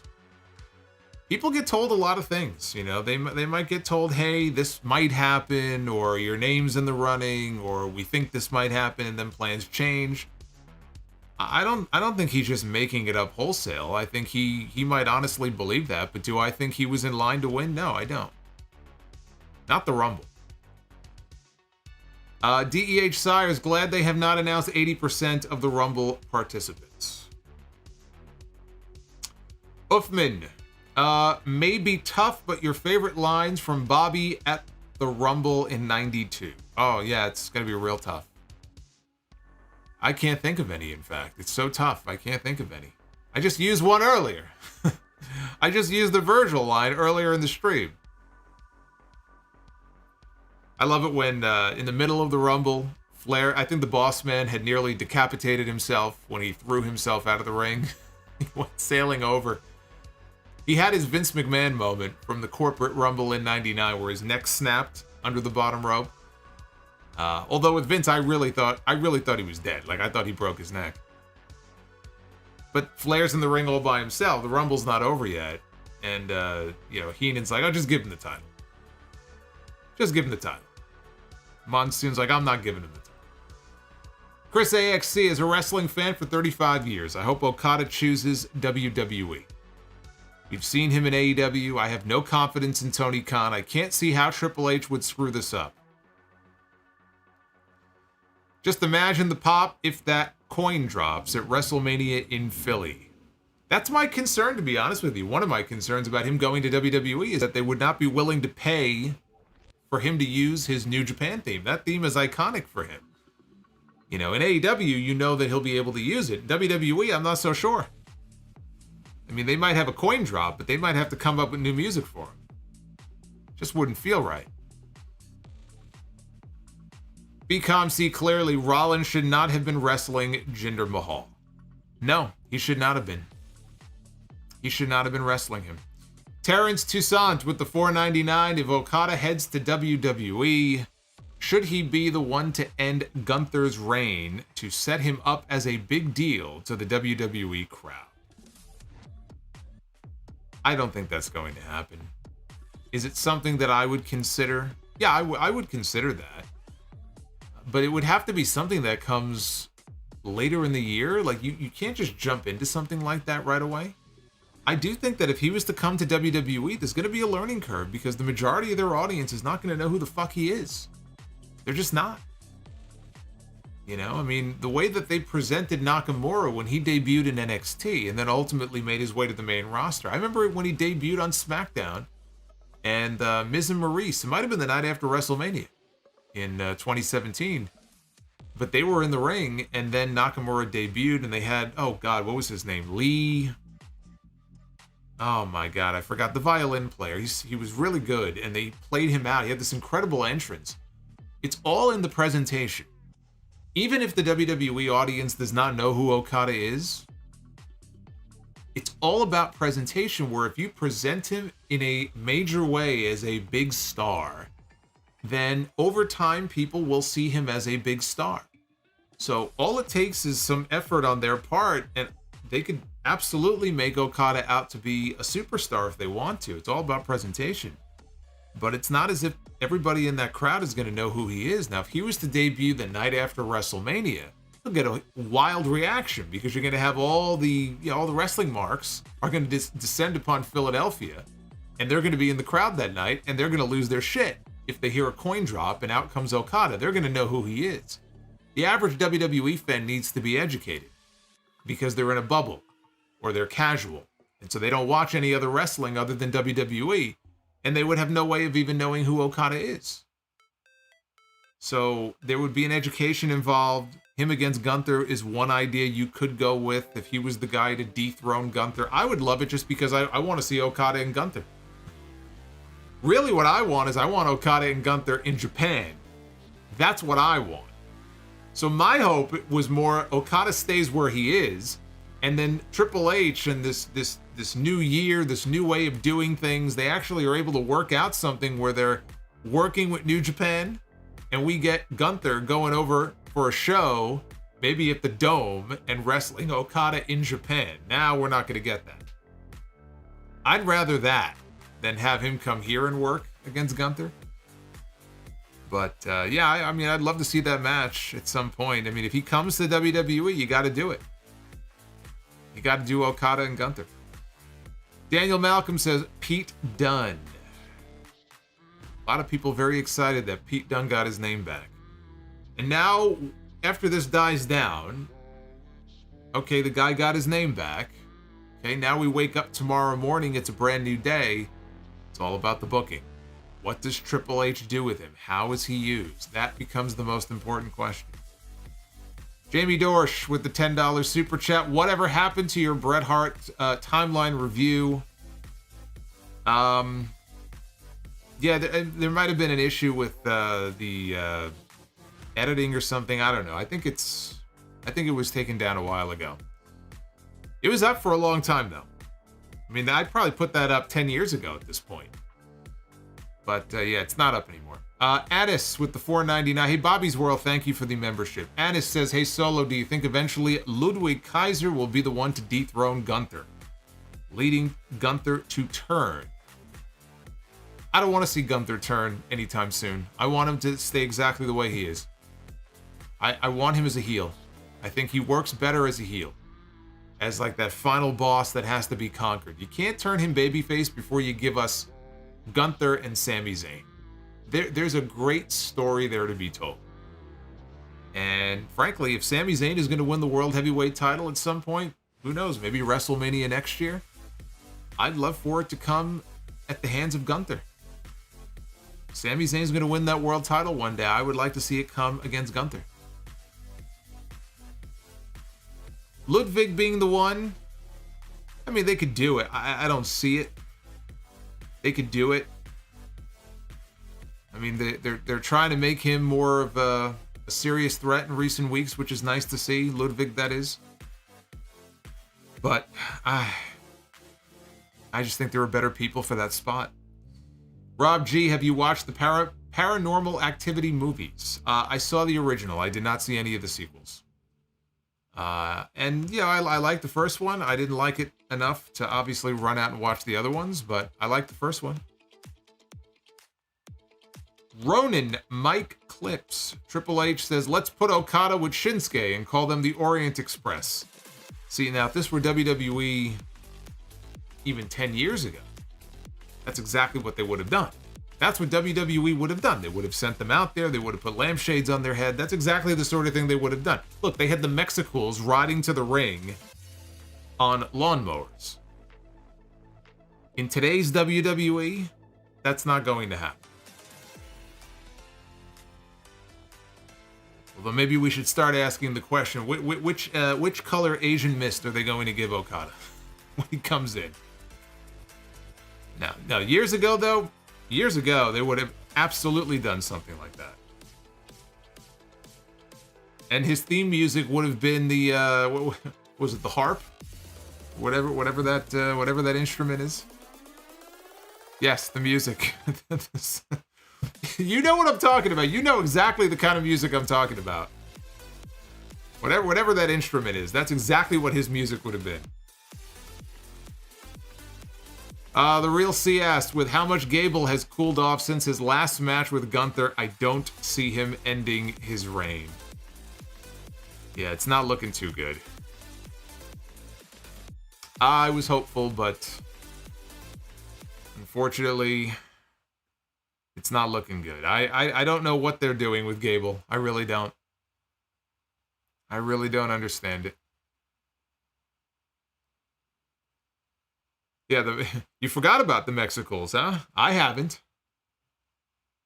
I haven't forgotten about them. All right, 400 likes was the goal. We are currently at 410 for Be the Booker. Thank you. Keep hitting that like button. It does help out the video a lot, so like. Let's be the Booker. Ladies and gentlemen, it is now time to be the Booker. All right, so speaking of RKOs, there's another one. Randy Orton delivering the RKO to MVP, who has been MIA from TV. He's gone AWOL. MVP, not Orton. Orton did go AWOL. Now I'm rambling. All right, here we go. Be the Booker. I think we went 3 for 3 on Wednesday, right? I think Monday we went 0 for 3. And Wednesday I feel like we went 3 for 3. So now watch. Tonight we'll do a split. We'll go 2 for 3 or 1 for 3. All right, here we go. Let's begin with the Outsiders. Former WCW Tag Team Champions Scott Hall and Kevin Nash. The Outsiders. I got a video up right now on the channel. It was from episode 843 this past weekend. The clip went up a few days later. You got it first, though. You heard it first if you listened on Sunday. I talked about the Outsiders and the Nasty Boys, the incident in WCW back in 97. Hardly the only incident that the Nasty Boys were involved in their time in wrestling. All right, the Outsiders going to be taking on Red Dragon, Bobby Fish, and Kyle O'Reilly. That would be a good match. Where's the lie? There is no lie. That would be a good match. And Kevin Nash, I could see the promo now before the match talking about the vanilla midgets that they're about to go out there and beat. It might not end well for Red Dragon, but I do think they could have a good match. Okay, women's Be the Booker. Where, oh where will the spinning wheel land? It's going to land first on Lash Legend. Again with Lash Legend.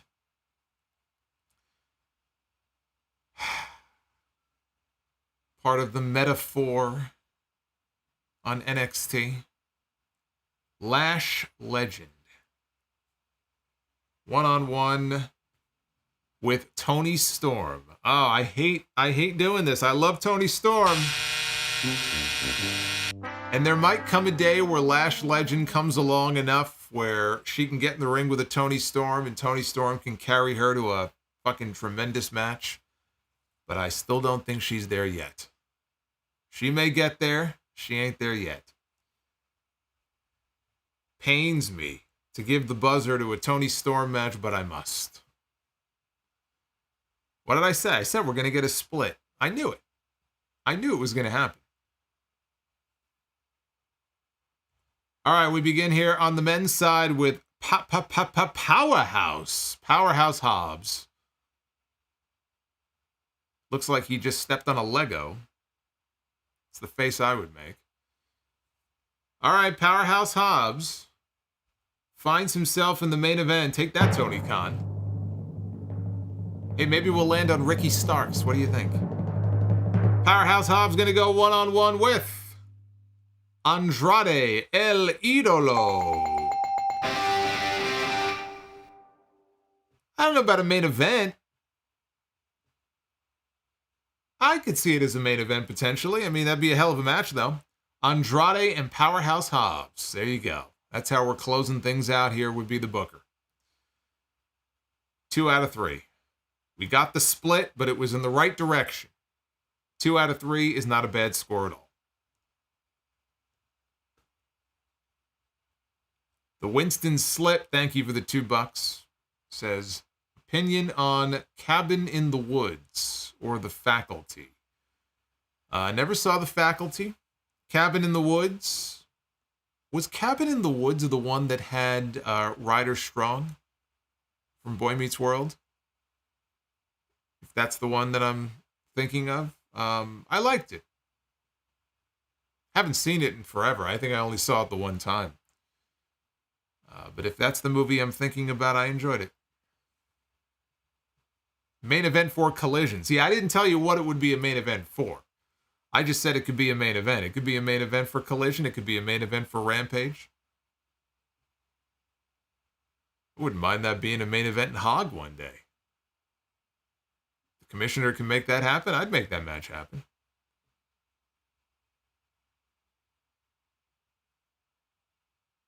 Oh, that's Cabin Fever. Okay. I mixed up Cabin Fever with Cabin in the Woods. There's too many cabins. There's just too many cabins. Well, then Cabin in the Woods, I don't know if I saw Cabin in the Woods. I saw Cabin Fever. I don't know if I saw Cabin in the Woods. Had somebody earlier asking me about horror movies that I've seen. We were talking about Cloverfield. The anniversary was yesterday. Or not yesterday. It was just recently. Thursday. No, Wednesday. So we were talking a little bit about that. One of my all-time favorite movies. Cabin in the Woods is with Thor. Chris Hemsley? Or Hemsworth? That's funny. Chris Hemsley. I think I just merged Chris Hemsworth and Hunter Hearst Helmsley. You know what? If you merge them, I do think you give him his hair. I think they do look alike a little bit, so I'm not too far off. It's with Batista. It's an M. Night Shyamalan movie. Yeah, I try to stay away from too many M. Night Shyamalan movies. Ever since I saw the Lady in the Water, I'm like, I don't know about this guy. I wanted to see that movie, Old. With Abu Sika says, Bukkake. I'm the Bukkake Ghost. Oh my goodness. Oh my. It's the Bukkake Ghost has made an appearance tonight. Abu Sika. With a $69 Bukkake Ghost Super Chat. They like me. They really like me. Abu Sika. That one was for you. I've been waiting for you to trigger that one. That's all you, my friend. He brought out the Bukkake Ghost. I haven't seen a ghost in a while, and there he was. I don't know what he was doing. I don't know if I want to know what he was doing. He looked like he was having a good time, though. Sounded like it. Abu Sika, thank you for the $69 drop.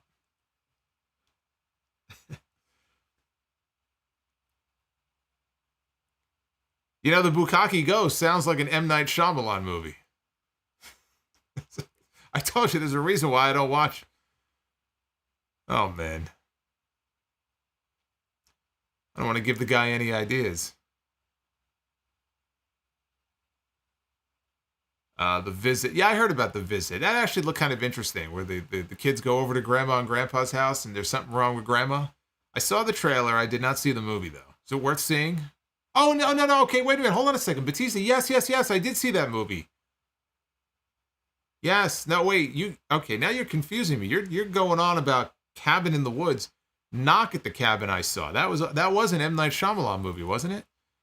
That I saw.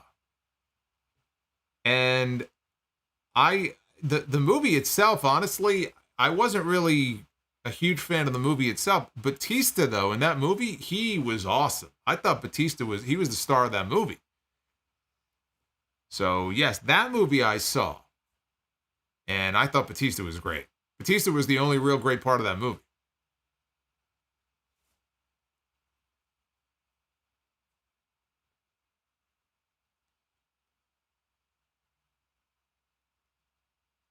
But yeah, again, that's you had confused me there. You threw out Cabin in the Woods. That's Knock at the Cabin. Those two totally different movies. The Visit is worth it. All right, I might have to check that out then.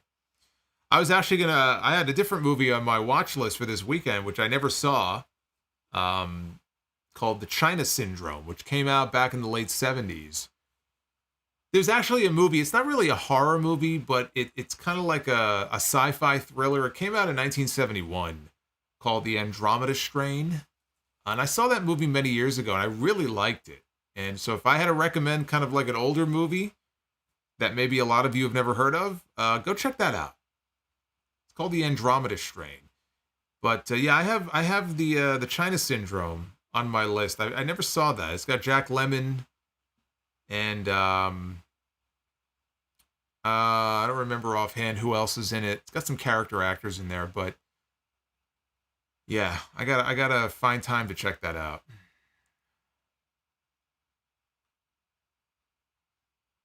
Terrifier 2. I saw the first Terrifier. I did not see the second one yet. The first Terrifier was fucking sick. It was really a very disturbing movie. I think Chris Jericho is in the second Terrifier, right? Yeah, talk about disturbing. DEH, Dakota turned on her two former friends, Tegan and Raquel. Yeah, you can't trust this woman. She's not to be trusted, and Bayley just doesn't seem to understand this. It's not going to end well for her.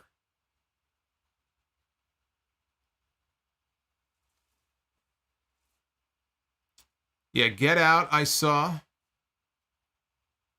I saw his other movie, too. I didn't like that one as much.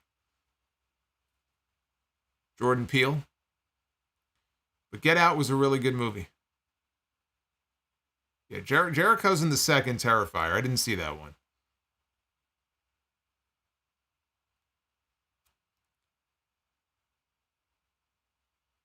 There's a China Syndrome game that came out on Atari. How do I not know about this? I had two different versions of the Atari when I was a kid.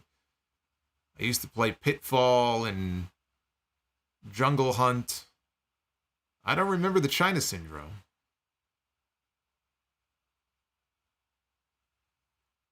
China Syndrome is basically, I think basically the synopsis of the movie is there is a mishap at a nuclear power plant, and I think it just so happens there's a television news crew or a documentary crew that's filming there. There's a situation or like a near meltdown that occurs, and I think they try to cover it up, and that's kind of like, it's not a horror movie, but it's like the premise of the movie though. So, oh, thanks. You know what? Hey, Kiwan in the chat, thank you for mentioning that. I did see Thanksgiving. There's a new horror movie that came out in November called Thanksgiving. I watched it on Christmas because I'm fucking weird like that, and I watched Thanksgiving on Christmas. So I watched it, really enjoyed it. I really did, and I don't know if they're making another one or not. I hope they do. But I finally got around to watching it, and I thought it was really good.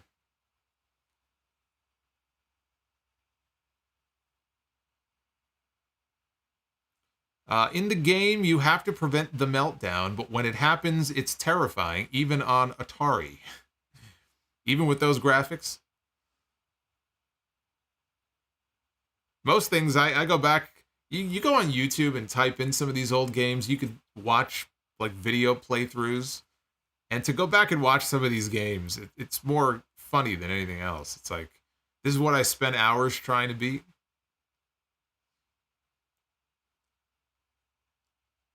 Oh, they announced a Thanksgiving too. Okay, good. Yeah, I'll definitely watch that. Yeah, no, I enjoyed that.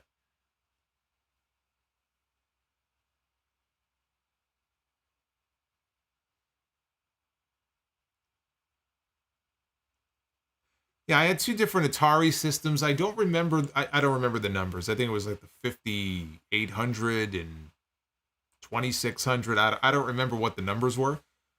I know I had two different ones.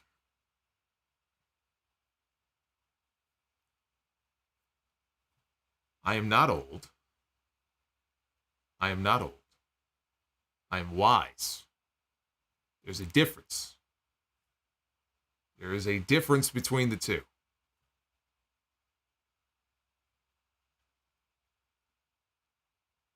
A Navy 4181. Thank you for the $10 drop. Rock's promos have gone stale.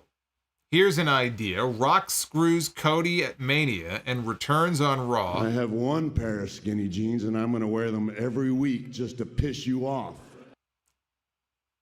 Speaking of Big Dave, he's going to wear that one pair of skinny jeans just to piss all of you off.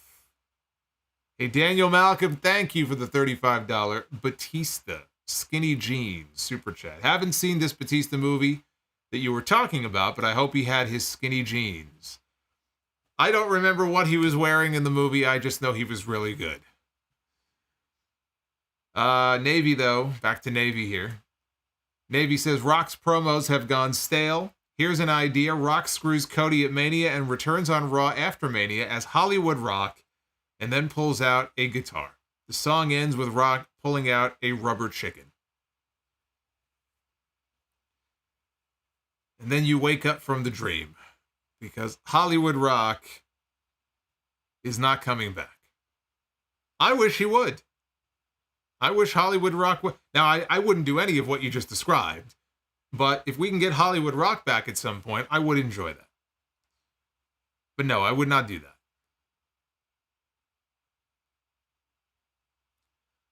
Luis. Our boy Luis is with us. $20 drop here. Just because Logan Paul was in a straight-to-YouTube movie with Peyton List in The Thinning doesn't make Logan Paul special. He is a joke of a United States champion. What the hell is that? The Thinning? Are you describing Shawn Michaels? What are you describing here? I remember Thinner. We were talking about movies before. Remember Thinner? The guy puts a curse on the other guy, and he gets skinnier and skinnier and skinnier. That freaked me out. I enjoyed that.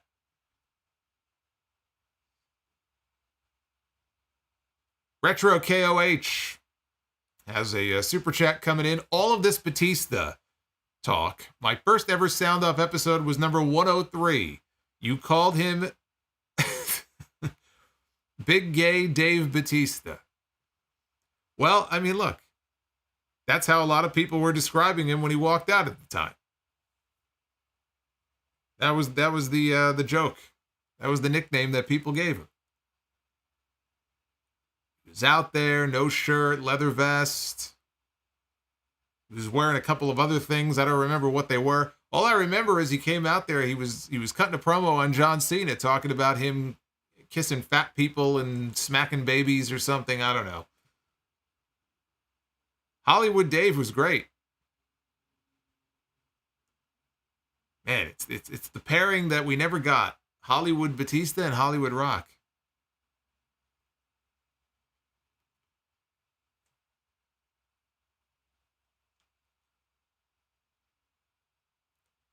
Big G says, I hate that Logan Paul killed the United States Championship. Well, I got news for you. It wasn't Logan Paul that killed the United States Championship. It was WWE, if you feel that way. Because they're the ones who decided to put it on him. Even though he hasn't defended it since he won it. So don't hate the player, hate the game. It was their call. Hey, Devin, has Solo seen the Fargo TV show? Really good. I've heard good things about it. I have not seen it. I saw Fargo, the movie, many years ago, but I have not seen any of the TV show. Batista shows up to Hog to confront Solomonster. What would he be confronting me about? All the positive things I've said about him? Hey, he's got an open invite anytime he wants to show up. I think he's a little busy right now, though. I don't think he's going around checking out independent wrestling shows. I'll tell you what, though, if Batista was going to show up to one, he's more than invited out to Philadelphia April 5th. If ever he was going to come out for a show, that's the one to come out to. We'll make room for him. We'll find something for him to do.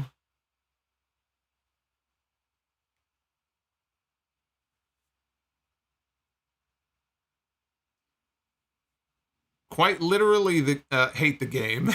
He booked it. Well, you got a point there. I guess the game did book it. Wapatapa, did heel Batista take the Trapid? What?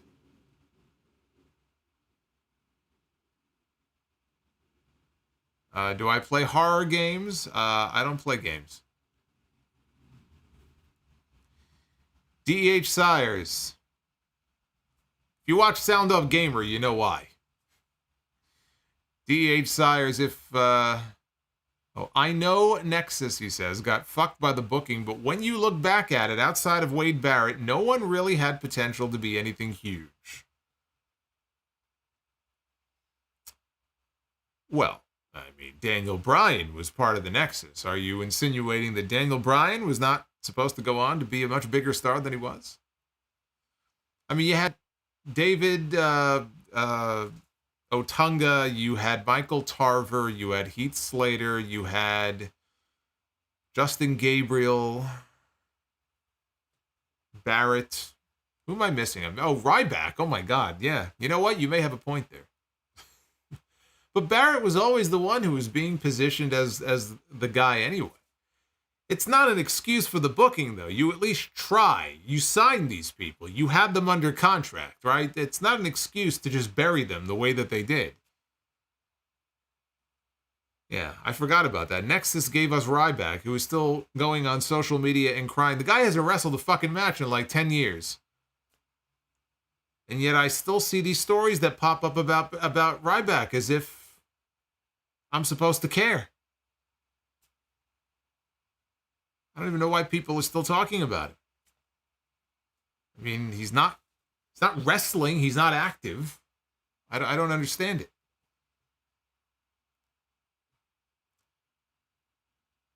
Oh, Rumpelmane. Rumpelmane says, heel Batista feet. It's always feet with this guy.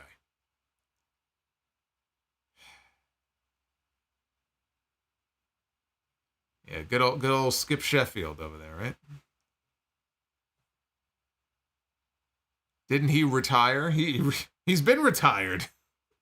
I don't know. I mean, he's been retired for 10 years. I don't know what he's doing. Every time I see a clip, he's eating food. I mean, that's what he does. I mean, more power to him.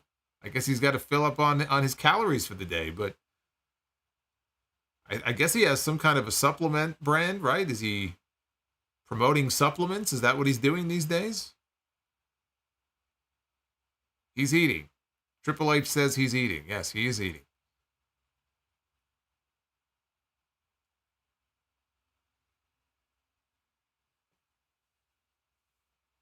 Well, so Husky Harris, though, I'm thinking of the original Nexus. Now you're talking about the new Nexus, where we had Husky Harris and we had CM Punk. That's different. I'm talking about the Nexus.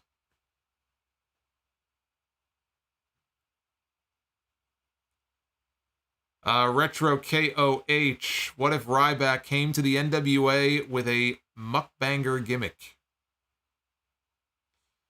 Can't be any worse than Tyrus. The Winston Slip, Cena, Brock, Punk, WrestleMania 30. Or WrestleMania 19, Austin, Rock, Triple H. Cena, Brock, and Punk at WrestleMania 30? Are you just throwing random matches out there? Austin, Rock, and Triple H in 19, it would, it would have been too late.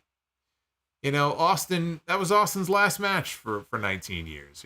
Physically, he wasn't the same at that point. Rock was Hollywood Rock. Yeah, I just don't know that would have worked. That should have happened years before. I would have gone with Cena, Brock, and Punk. I think that would have been a hell of a match.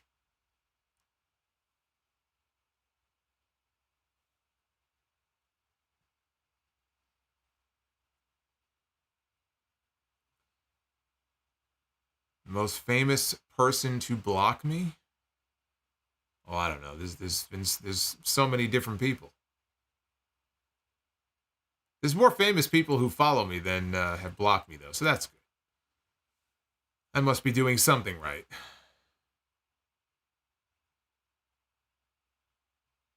I think he meant Cena, Rock, and Punk at WrestleMania 29. Are you sure about that? Because I don't know. The second choice was kind of random, too. I think he meant Cena, Brock, and Punk. Cena, Rock, and Punk at WrestleMania 29. That's not what he meant, but yes, that would have been the better match.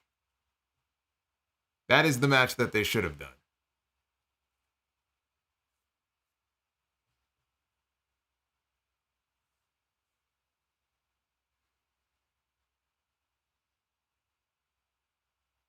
I don't know what happened to Bruce. Oh boy, that's a name I haven't heard in forever. My God. Bruce Blitz. I have not heard that name in years. Remember the faction Apple? Yes, I do. Wasn't that the core? No, Apple. We had two different factions called Apple and Core, didn't we? Whatever happened to the Hart Foundation, the Four Horsemen, the NWO? At some point we got to Apple and the Core. How fucking lame did wrestling get there for a while? Apple and the Core were two factions that were actually on WWE television. Am I waking up for the Elimination Chamber at 5 a.m.?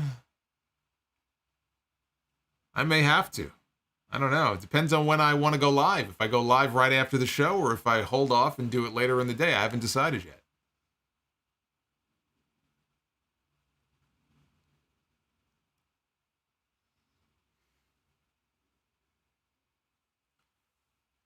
Hey, Near, shout out to Near. Good to hear from you. Sorry to hear about your daughter, but hopefully she is getting better.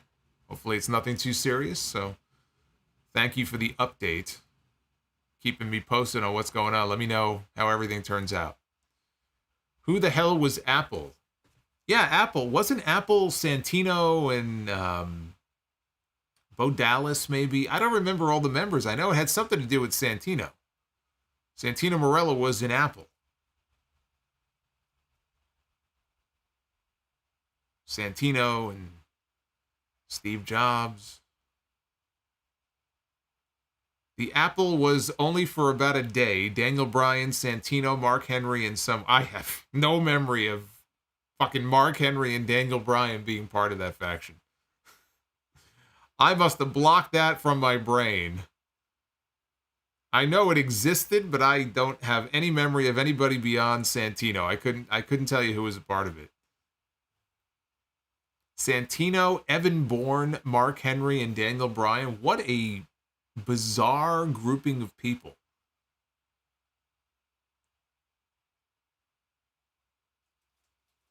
Yeah, I wonder how it is that Santino is able to be Santino Marella doing the same gimmick, the same accent and everything in TNA. Because I saw him on the show a few weeks ago. And it hit me. I'm like, wait, he's doing the exact same gimmick. How the hell did he pull that one off? I mean, it's one thing to use the name, but he's just doing the whole gimmick.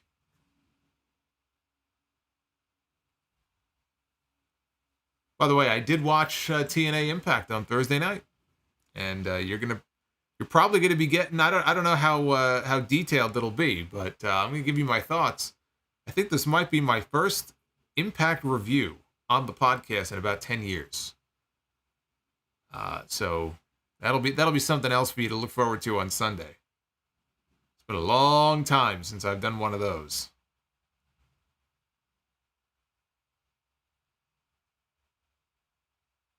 It's his real voice. No, it's not. Have you ever seen an actual interview with Anthony Corelli? No, it's not.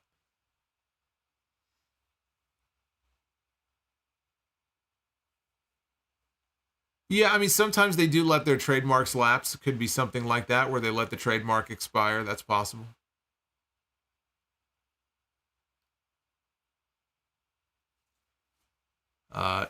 Nick Nemeth will be their next upcoming champion for sure. Well, he's feuding with Steve Maclin first. I like that. You know, you don't want to just vault him right into the title picture. I mean, that would be like a classic TNA move. And I like that they're not throwing him right into it straight away.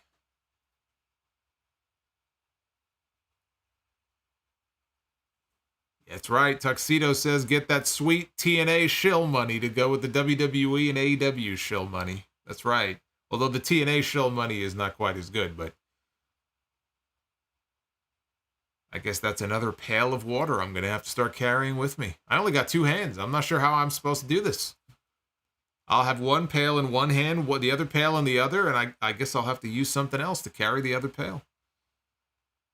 I don't know, man. I'll have to figure it out.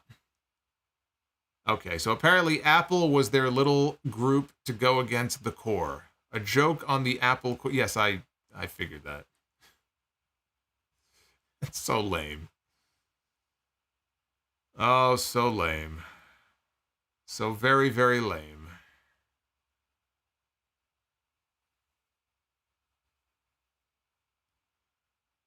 Some of those TNA rants were legendary.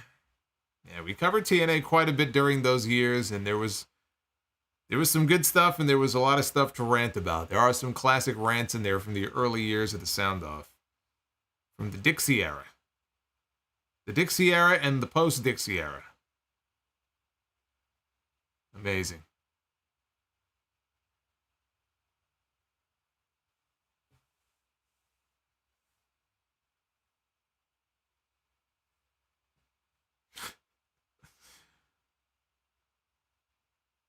Yeah, that's right. Verizon Fios, they dropped Access TV, right? So I know there are some people who are complaining they don't have access to TNA anymore. And I don't know if it's just Fios or if it was more than one service. I don't have it on YouTube TV. You have to pay extra for a sports package or something, and then you get Access TV. So, there are a lot of people that don't even get access. And again, TNA will not grow until they get on a real network. That's just how it is. They're only going to be at a certain level. Their television exposure is just garbage compared to what it used to be. I don't think they'll ever get back on a spike, but they need some level of network close to that to really expand their audience. It's very hard to do when you're on a channel that a lot of people simply do not have. To be honest with you, there are probably a lot of people who might have it and they're not even aware that they have it. It's just not a popular channel.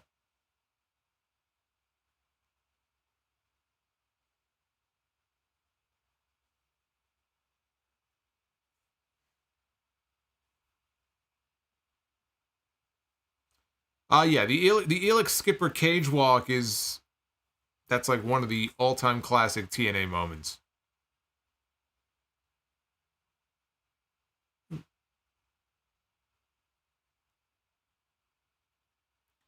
Anyway, again, episode 844 coming up on Sunday. We got a lot to talk about. We're going to be talking about the Seth Rollins situation and various scenarios that could play out potentially. We'll talk about the Okada story. I got a lot to say about that.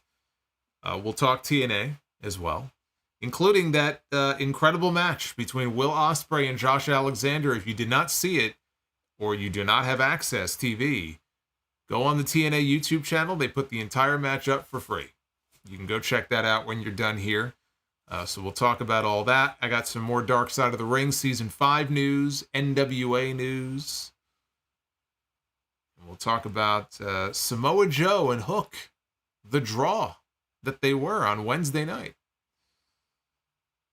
A lot of good stuff coming up on Sunday. On your way out of here, please do hit that like button if you have not already done so. Thank you all. Everybody who dropped super chats, memberships, you guys are awesome. Super thanks in the comments section. I always forget to mention it, but those are active as well in the comments section once we're done here. And the next time I will be live with you will be Monday. I will be live on Monday. I will be live on Wednesday night.